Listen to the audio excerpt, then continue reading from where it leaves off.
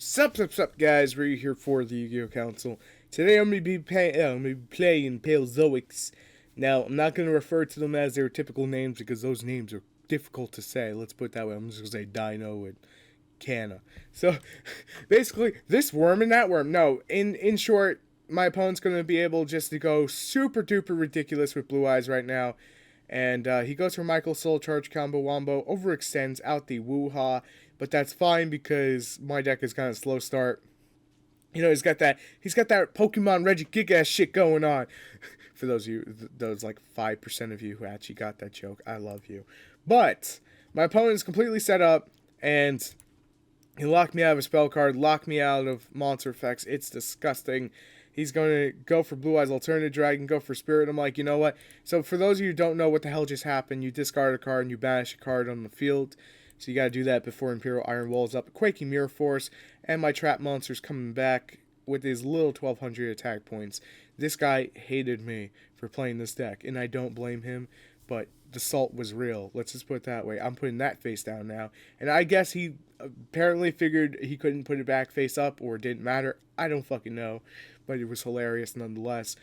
Not that I'm trying to make fun of this guy, but Reckless Greed is going to put this onto the board. Give me 2 cards. Yes, Imperial Iron Wall. How the fuck are you?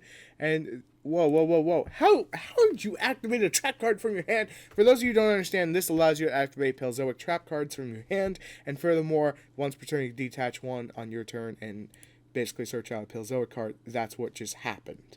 And it's disgusting because that whole thing works that way. And my opponent's really not going to be able to do much because Imperial Iron Wall. I'm just going to chain 2 of them and a Threatening Roar so I can get 3 monsters onto the board. And oh god, was he mad at me. I'm telling you, I wish you could see like the chat log that was there, because of course right now you won't see no chat log, rip. But I go for this Paleozoic because I can, and this is the old one. This is the one from the, you know, when the first batch came out. So this snipes face down cards. It's like, yo, I see what you're doing there. I want to snipe that the fuck out. So there's gonna be a lot of that going on. He goes for Dragon Shrine, and he cannot get anything. He goes for Spirit. I'm like, nope, you go face down, and you're gonna miss timing here for everything I'm doing, which is beautiful to me. You get the fuck face down. It's a barrier statue, rip. I couldn't get it to hand because of, you know, his effect. When a trap goes to the grave, you can look at the top card of your deck, and if it's a Paleozoic, you burn to your hand. If not, it goes to the graveyard, and this guy just says, fuck this, and rage quits. I can't. There are 2 replays. This is the first one against Metaphos. The second one is a lot better than this one, I'll be honest, looking back on it. But this guy's playing the Yang Zing version, and I was kind of questioning why he didn't go to the Darkness of the Yang Zing, but I could see why now, looking at his hands. Yeah, he didn't have optimal setup, so that's understandable. I think he did the best he could with the hand he was given. So I go for Barrier Statue because Barrier Statue is a disgusting card that says no monsters can be special summoned outside of water. He attacks. You're gonna get cut in half now with this here. You get cut in half. It's disgusting. Hello, Quaking Mirror Force. How the fuck are you? Destroy a set card. Bring back a card. You guys already know what's going on here. Discard a card. Banish a card. Revive a trap card. It's nasty. Go for this. And whoa, what does this one do? Well, this one just is a foolish burial for any Paleozoic card, but we're not going to use it for that. We're going to use it for discarding purposes. So we're going to draw 2 cards. Go for Totally Awesome Treat Toad, because it's disgusting. There's no other way. Destroy another card on the board and bring back a card to go to a second Treat Toad, because why the fuck not? When you have 2 Treat Toads in a barrier statue, your opponent should just be going, fuck you, I'm out of here. Unless he's got the Winged Dragon or Raw Spirit mode, which are boop, all outed, but you can't summon it because of barrier statue. It's nasty. You can't deny it. This is nasty. I want to say that honestly, I think this is probably one of my favorite matches I've had, doing all these different replays for the past couple of, well, like week and a half, because I haven't really been playing too much Yu-Gi-Oh! And, you know, till this weekend because of what happened, obviously. But hey, it's fine. We're back in Yu-Gi-Oh! Because it's what matters. He's got that crystal wing. He thinks he's gonna have setup. I'm like, hold on, let me just send this to the graveyard to draw 2. Play Imperial Iron Wall so I get my monsters. Play Threatening Roar, get another monster. Why the fuck not, right? So he's got that Crystal Wing face up. So there's gonna be a lot of like craziness that's gonna go down here. He's gonna go into another Synchro, And he goes for the fast dragon, plays the Raigeki. I'm like, well, that just happened. And that sucks for me. So I'm just going to set 3 and turn because I can't do anything because he played Raigeki. He's got the speed recovery. I'm like, yo, let me just play this so I can start getting back stuff and go from there. So Speed Roar, Terratop, going to search, Threatening Roar, not going to be able to attack again. It's just the way I like it because this is how I want it to be. He goes for another Speed Roar and I'm like, geez, this board setup, man. Why can't I have some of that? But I go for a search, set a card, because, oh, and for those of you wondering why he couldn't nullify it with Crystal Wing, it's unaffected by monster effects as well as everything else it does. It's dumb. It's really, really dumb. He goes for Moonlight. I'm like, well, that's not going to happen. And Quaking Mirror Force, unaffected, and bring back a card. Everything's going face down now because it's disgusting of a combo. When you have that Quaking Mirror Force to just lock down your opponent and you just sit there and you go, well, what now? Well, there's not much you could really do, so let's just go card demise, destroy a set card so I could set 2 on the board and take it from there because I really couldn't do much outside of that. So I go for another card demise, barrier statue, and discard the Imperial. Because I needed for him to summon something, which he did, so I could bring back a monster and then I could start doing stuff. Because I needed like one more trap card to go off, but that obviously didn't happen. So I go for Totally Awesome. I'm like, Totally Awesome has this, man. It feels good.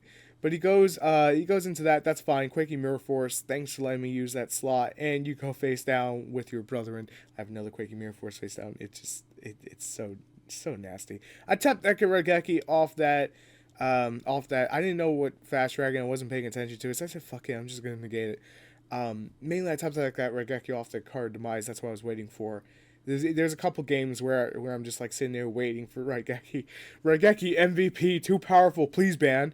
Go for this guy here and just pop back row because popping back row is great. Get another card, and it just basically my monsters won't be banished out because Imperial Iron Wall. So yeah, that's a thing. That's a disgusting thing. And he can't special summon nothing that's not a water monster. That's also a thing. And it's pretty gnarly to say the least. But I'm going to discard draw 2 and go for another Treat Toad because Treat Toad is just gnarly. And basically set that Floodgate Trap hole. I have Reckless Greed. I have like all this set up. So I'm good where I am. He sets 4. I'm like, oh shit. Let me go for this Reckless Greed. You know, I'm a little bit worried right now. Let me destroy 1 and just start attacking in. I'm like, GG, well played. And it is time for the final replay and probably my favorite one in the past little while. I'm just going to let it play and let you guys see for yourself. So, my opponent's playing Metaphos. Opens with the Tamaya combo. Pretty much just has the complete setup for it. And he's going to go for it. Which, you can't blame him for going for that. Assault in my voice is real. So I'm just gonna set 4 and end turn because there's not really much I can do. You know, you gotta wait, man. You gotta wait. So I go for the draw 2. He's gonna chain Maxi because I guess he figured I was gonna special summon. That's fine by me. And at this point, I'm just trying to bait him out when that Void Ogre comes to use the Void Ogre's effect.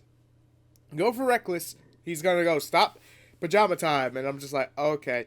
This is when I just flip everything face down with Quaking Mirror Force, so maybe he felt the Reckless was going to hurt him more than anything else, but it just pretty much helped me win the game for the most part. So, going to be able to banish out a card and then obviously go from there and just constantly spam trap monsters to the board to make a Treat Toad, the Treat Toad with the barrier statue. And then at this point, I'm like, I don't know why going later down the replay, why he didn't just attack into it when he had the advantage to.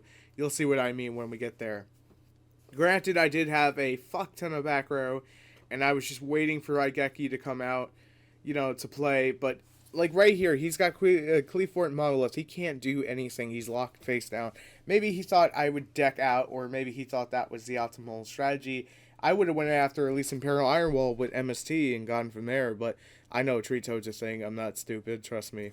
It would have baited out the Treat Toad, and then I could have went from there and done something that turn, but I don't know why he didn't.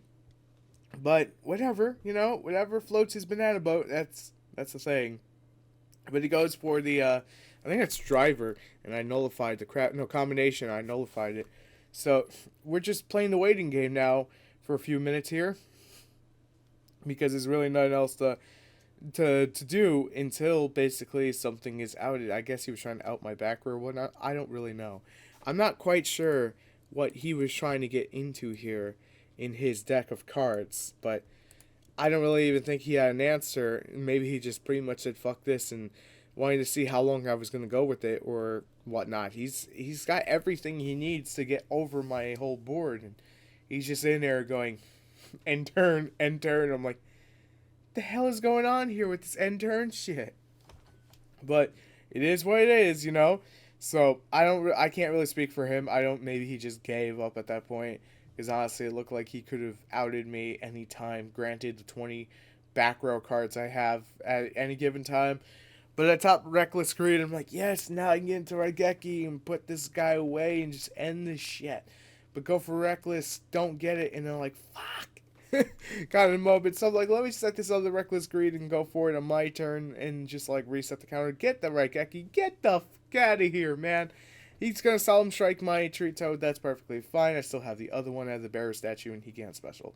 And that's gonna be it, because I don't know why he never took that advantage. 28 turns, he never did. I don't know why, but let me show you the deck. Alright, so let me immediately start off with saying the easiest counter to this deck is Denko Sekka, and that's why Card Trooper was basically being tested for a little while, but it's not part of the main deck. It's definitely something I would side for Denko Sekka, because not only does it fuel my graveyard with the trap monsters, but it goes from there.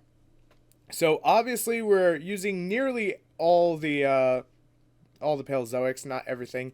I went for a 40 count because it felt like to be the most consistent with Pure Iron Wall being a key component to the deck, and obviously everything in this deck right now should be TCG legal. If I don't have something that's TCG legal, you could just change it out. So triple Barrier Statue the Torrent. Any monster that's not water, it will not be able to be special summoned. Basically, your matchups suck against Mermels, but that's okay because you can just put stuff in to deal with them a little bit easier. One Raigeki because this card is MVP. Hands down, I would not run the deck without it. Triple card of Demise because this card just speeds up your deck quite a bit. It's your main draw power besides this one here, which is Pakia, which is you discard one Paleozoic card, then draw two. So there's that. There's also this guy here, which is your MST. You target one and destroy it, and obviously you can bring back a Paleozoic from the graveyard. Triple Threatening Roar, because it buys you a turn. Triple Reckless Greed, more draw power. Triple of the Dino. I call it Dino. It's the abbreviated version of saying the entire name. Basically, discard one card, banish one card. It's a Karmic Cut. Let's put it that way. It's great. Triple Quaggy Mirror Force, because Quaggy Mirror Force just sets everything face down. Triple of the Halogen, because Halogen cuts things in half and allows your bearer statue to stay alive. This is Marilla. This is your monster, or Marielle, as I like to jokingly call it. But this just basically allows you to send the card, that's a Paleozoic trap card to the graveyard. Double Floodgate Trap Hole, because I like this better than the Drowning Mirror Force. The double Canadia. I know I probably said that incorrectly. Just ignore it. But basically, this is Book of Moon, and you put a monster face down. Triple Imperial Iron Wall, because your monsters will never go away. And one Warning, because Warning is good. So before I go any further with that, let me also say that, well, you know what? Let's just go further and not say anything else. Let me just say this much. This deck's bad matchups. That's what I was trying. I was brain farting. This deck's bad matchups are pretty much Mermel and ABC. Those are the two worst to go against, in my personal preference here, or personal opinion. We have 3 of the Paleozoic Exceeds, both of them, because they both do something different. This requires 3 or more level 2 monsters, and it's unaffected by monster effects. They all are unaffected by them. Once returned, if a trap card is sent from your spell or trap to the grave, it's the thing I explained, and then you can add it to your hand, otherwise you send it to the graveyard. And also you can detach one, destroy one on the field, which is also great. This is the new one that comes in Invasion Vengeance, which you saw activate trap cards from hand. They're Paleozoic, and search out Paleozoic cards. Double F-Zero because Cosmos. Mainly because of Cosmos and just various things. Number 45, Crumble Logos. This card's actually pretty interesting and does quite a bit of work. So once returning, you can detach one XP from this card. Target one face-up card in the field. While this monster is face-up on the field, that target has its effects negated. And while that target is on the field, cards with the same name of that target and their effects cannot be activated, which is just lovely. If you could bait out a Dragon Buster and you could summon this and hit the Dragon Buster, it's great because you gotta lock them out so beautifully. Triple Tree Toad goes without saying. This deck is water. So thirsty. And then double Sky Cavalry and one Cat Shark because you do need the Cat Shark for when Torrent's up on the board. You want to make something that's not Paleozoic. But you guys let me know what you think down below as always.